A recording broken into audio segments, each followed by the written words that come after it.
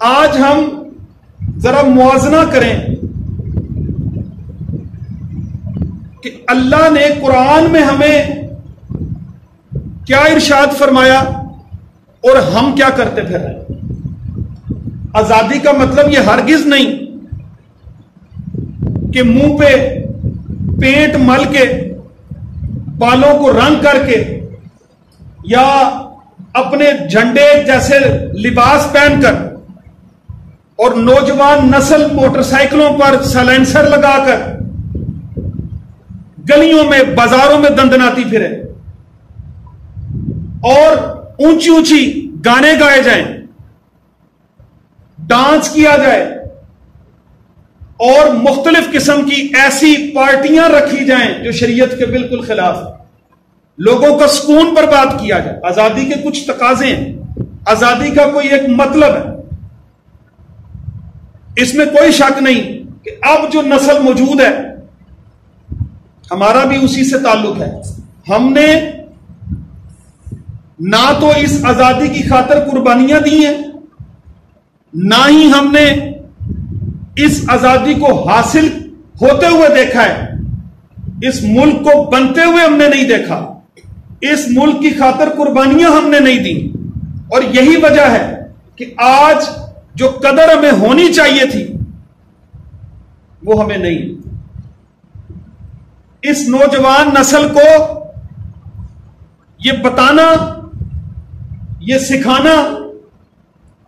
بڑوں کا کام تھا۔ یہ میں برملا اس چیز کا اظہار کروں گا اور بلا خوف تردید کروں گا کہ یہ بڑوں کا قصور ہے کہ انہوں نے اپنی آئندہ آنے والی نسل کو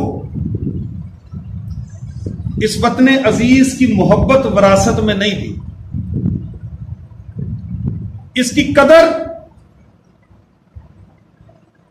اپنے بچوں کو نہیں سکھائی، اور وہ قدر کیسے آتی، وہ بتایا جاتا کہ کس طرح کم و بیش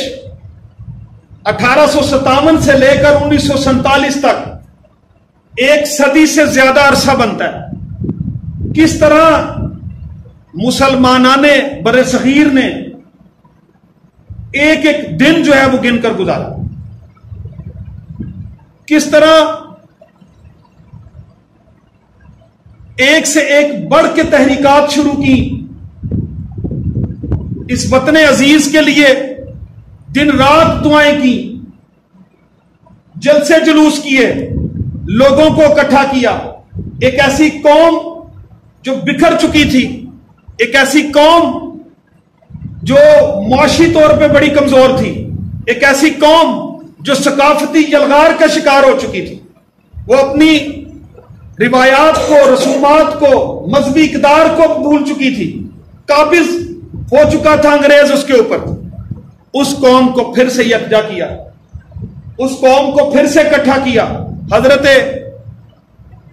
علامہ اقبال علیہ رحمہ نے کس طرح قوم کے اندر وہ بیداری کی لہر پیدا کی، ان کے اندر جذبہ ایمانی بھرنے کی کوشش کی، اور پھر ہزاروں نہیں لاکھوں انسانی جانوں مسلمانوں کی قربانیوں کے بعد یہ وطن حاصل ہوا۔ اگر کبھی ان لوگوں میں سے کوئی میسر آئے جنہوں نے ہجرت کی تھی تو وہ آپ کو بتائیں کہ کیا عالم تھا۔ اگر ماں پاکستان میں پہنچ گئی تو بیٹی نہیں پہنچی، بیٹی پہنچ گئی تو ماں باپ راستے میں رہ گئے، ماں باپ کی آنکھوں کے سامنے اولادوں کو تہ تہ کیا گیا، ماں باپ کی نظروں کے سامنے بیٹیوں کی عزتیں تار تار کی گئی، ماں باپ کی آنکھوں کے سامنے بیٹوں کو ذبح کیا گیا، اور اولادوں کے سامنے ان کے ماں باپ کو نیزوں پہ پرویا گیا۔ لیکن اس سرزمین مقدس پر قدم رکھنے کے لیے مسلمانوں نے بر صغیر نے کسی بھی قربانی سے دریغ نہیں۔ ایک ہی مقصد تھا کہ لے کر رہیں گے پاکستان اور بن کے رہے گا پاکستان۔ پاکستان کا مطلب کیا ہم یہ سنتے آئے کہ لا الہ الا اللہ، آج اس کی گونج ہمیں کیوں سنائی نہیں دیتی؟ اس کا مقصد یہ تھا کہ اسلام کی ایک بہترین تجربہ گاہ قائم کی جائے. زمین کا ٹکڑا حاصل کرنا تو صرف مقصد نہیں تھا، مقصد تو اسلام کی ترویج تھی، اسلام کی تبلیغ تھی. اور دیکھیں اللہ نے قرآن میں کیا کہا، جب زمین کا ٹکڑا رہنے کے لیے دیتے ہیں تو یہ نماز پڑھتے ہیں، یہ زکوٰۃ دیتے ہیں، اور یہ نیک کاموں کی تبلیغ کرتے ہیں، برے کاموں سے روکتے ہیں. مقصد یہ تھا کہ ایک ایسی آزاد فضا ہو جہاں اذانوں پر پابندی نہ ہو، نمازوں پر پابندی نہ ہو، جہاں درود و سلام پہ پابندی نہیں، دینی محافل پہ پابندی نہیں. ابھی عید الاضحیٰ گزری ہے، قربانی پر پابندی نہیں. ابھی آپ نے سنا ہوگا کہ ایک مسلمان کو اس شبے میں شہید کر دیا گیا ہندوستان میں کہ وہ گائے کا گوشت لے کر جا رہا ہے. ایک باوردی پولیس والا ہندوستان میں بوٹوں سمیت مسجد میں گھس جاتا ہے اور جا کر یہ اعلان کرتا ہے کہ خبردار اگر کسی نے گائے کی قربانی کی اس کو عبرت کا نشان بنا دیا جائے. آج وہ لوگ جو کہتے ہیں پاکستان کیوں بنا تھا، ذرا سوچیں تو صحیح، ذرا وہ تاریخ کا مطالعہ تو کریں، ذرا تاریخ کے اوراق کو کھنگال کر تو دیکھیں. اور میں آپ کو ایک بات بتاؤں، آج تک جو مسلمان بیچارے ہندوستان میں کسی نہ کسی وجہ سے رہ گئے، وہ کسی نہ کسی وجہ سے وہاں رک گئے، وہ اب تک ہندوستان کو اپنی وفاداری کے ثبوت دیتے پھر رہے ہیں اور ان کو یقین نہیں آتا. وہ بیچارے نہ ادھر کے رہے نہ ادھر کے رہے، وہ ٹھہر تو گئے، رک تو گئے یا روک لیے گئے. اب وہ اس حکومت کو ہر وقت یہ ثبوت دیتے پھرتے ہیں کہ ہم بھارتی، ہماری بات کا یقین کرو. ایسے حالات وہاں ہیں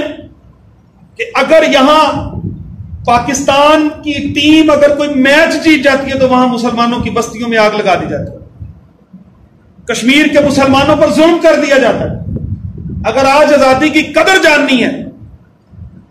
تو ذرا ایسے ممالک سے جان کر دیکھیں جہاں کرفیو لگا ہوا، جہاں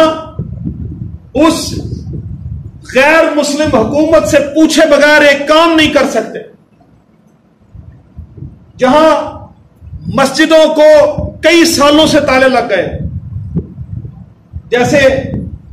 کوئی پرانے زمانے کی کوئی کھنڈر عمارت ہوتی ہے،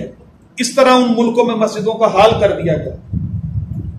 کبھی ہم دیکھیں تو صحیح، کبھی ہم اس بات کو سنیں اور سمجھیں تو صحیح کہ آزادی ہمیں کتنی عظیم قربانیوں کے بعد ملی. وہ کیا ایک خوبصورت کسی شاعر نے کہا تھا کہ ملی نہیں ہے ہمیں عرض پاک تحفے میں. یہ کسی نے گفٹ نہیں دیا، یہ تحفہ نہیں دیا،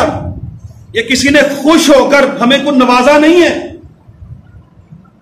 یہ کسی نے ہمیں ہماری کسی نوکری یا کسی وفاداری کے سبب یا اس کے عوض اجرت میں نہیں دیا، یہ کسی نے خوش ہو کے نہیں دیا. ملی نہیں ہے ہمیں عرض پاک تحفے میں، جو لاکھوں دیپ بجھے ہیں تو یہ چراغ جلا.